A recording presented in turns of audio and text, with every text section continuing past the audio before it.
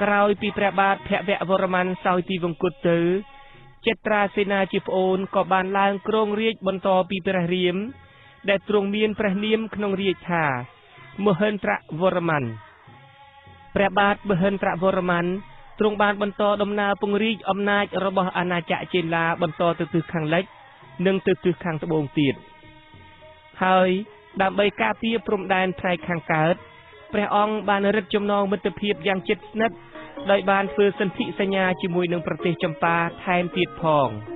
ព្រះអង្គសោយរាជ្យពីឆ្នាំ600ដល់ឆ្នាំ615នៃគ្រិស្តសករាជ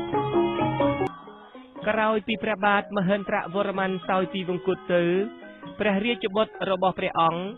ព្រះនាមអេសនវរ្ម័នទី1ទ្រង់បានឡើងគ្រងរាជ្យបន្តពីព្រះបិតាព្រះបាទអេសនវរ្ម័នជាព្រះរាជាមានមហិទ្ធិឫទ្ធិណាស់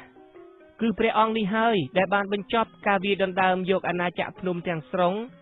ដោយទ្រង់វាយដណ្ដើមបានរាជធានីអង្គរបូរីក្នុងអំឡុងឆ្នាំ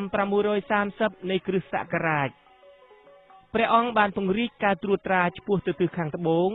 ដល់ព្រំប្រទល់ដែនដីកម្ពុជាក្រោមសពថ្ងៃឯទិសខាងលិចដល់ខេត្តចន្ទប៊ុនក្នុងប្រទេសថៃសពថ្ងៃដើម្បីរឹតចំណងមិត្តភាពជាមួយប្រទេសជិតខាងព្រះអង្គបានបញ្ជូនរាជទូតទៅប្រទេសចិននាឆ្នាំ616 623និង628ហើយបានរៀបអភិសេកបុត្រីព្រះអង្គព្រះនាមសារវនីជាមួយនឹងចៅទួតម្នាក់របស់ព្រះរាជាចម្ប៉ាដែលទ្រង់ប្រសូតបានបុត្រាមួយហើយដែលក្រោយមកទ្រង់បានឡើងគ្រងរាជ្យនៅប្រទេសចម្ប៉ាក្នុងឆ្នាំ653ដោយមានព្រះនាមថាវិក្រន្តាថែមទៀតផងព្រះបាទអេសនវរ្ម័នទ្រង់បានតាំងរាជធានីនៅចំកណ្ដាលអាណាចក្ររបស់ព្រះអង្គដែលមានឈ្មោះថាអេសនបុរៈដែលមានប្រជាពលរដ្ឋប្រមាណ 20000 គ្រួសាររស់នៅហើយដែលត្រូវនឹងរមណីយដ្ឋានសម្បូរព្រៃគុកដែលមានសំណល់ជាប្រាសាទធ្វើអំពីឥដ្ឋជាច្រើនស្ថិតនៅខាងជើងខេត្តកំពង់ធំសព្វថ្ងៃនេះក្នុងរជ្ជកាលរបស់ព្រះបាទអេសនវរ្ម័នអាណាចក្រចេនឡាមានការរីកចម្រើនរុងរឿងណាស់